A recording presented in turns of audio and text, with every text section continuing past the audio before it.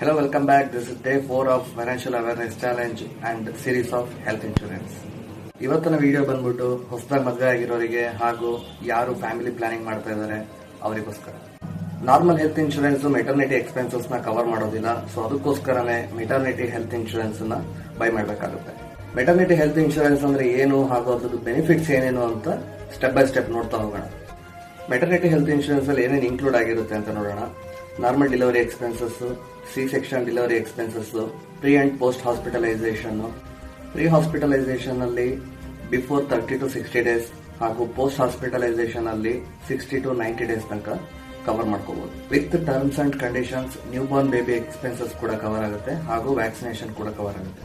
And next, ಯಾಕೆ maternity health insurance ಅನ್ನೋದು important ಅನ್ನೋದು, ನಾರ್ಮಲ್ ಡೆಲಿವರಿ ಕಾಸ್ಟ್ 50 to 80,000 ತನಕ ಆಗುತ್ತೆ ಪ್ರೈವೇಟ್ ಹಾಸ್ಪಿಟಲ್ನಲ್ಲಿ, ಆರ್ ಸಿ ಸೆಕ್ಷನ್ ಅಲ್ಲಿ 80 to 1 lakh ತನಕ ಆಗುತ್ತೆ.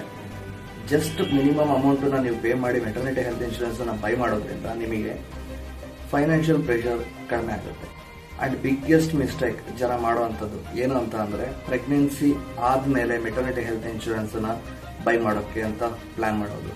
ಸೊ ಇದು ವರ್ಕ್ ಆಗೋದಿಲ್ಲ. ಮೆಟರ್ನಿಟಿ ಹೆಲ್ತ್ ಇನ್ಶೂರೆನ್ಸ್ ಅಲ್ಲಿ ಸ್ಪೆಸಿಫಿಕ್ ಆಗಿ ವೇಟಿಂಗ್ ಪೀರಿಯಡ್ ಅನ್ನೋದಿರುತ್ತೆ.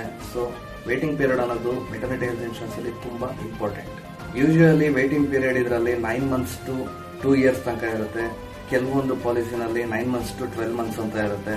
ಸೊ ನೀವು ಪ್ರೆಗ್ನೆನ್ಸಿ ಕನ್ಫರ್ಮ್ ಆದ್ಮೇಲೆ 3 months ಆದ್ಮೇಲೆ ನೀವೇನಾದ್ರೂ ಬೈ ಮಾಡಕ್ ಹೋಗ್ತೀರಾ ಅಂದ್ರೆ you have only 6 months to delivery, but ನಿಮಗೆ 9 months ಆಫ್ ವೇಟಿಂಗ್ ಪೀರಿಯಡ್ ಅಲ್ಲಿ ಕಂಪ್ಲೀಟ್ ಮಾಡಕ್ಕೆ ಕವರ್ ಮಾಡ್ಕೊಳ್ಳೋದಕ್ಕೆ ಸಾಧ್ಯ ಇಲ್ಲ.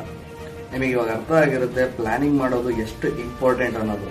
ಸೊ ನೆಕ್ಸ್ಟ್, ಸ್ಪೆಸಿಫಿಕ್ ಆಗಿ ಮೆಟರ್ನಿಟಿ ಹೆಲ್ತ್ ಇನ್ಶೂರೆನ್ಸ್ ಅಲ್ಲಿ ಏನೇನು ಕವರ್ ಆಗುತ್ತೆ ಅಂತ ನೋಡೋಣ.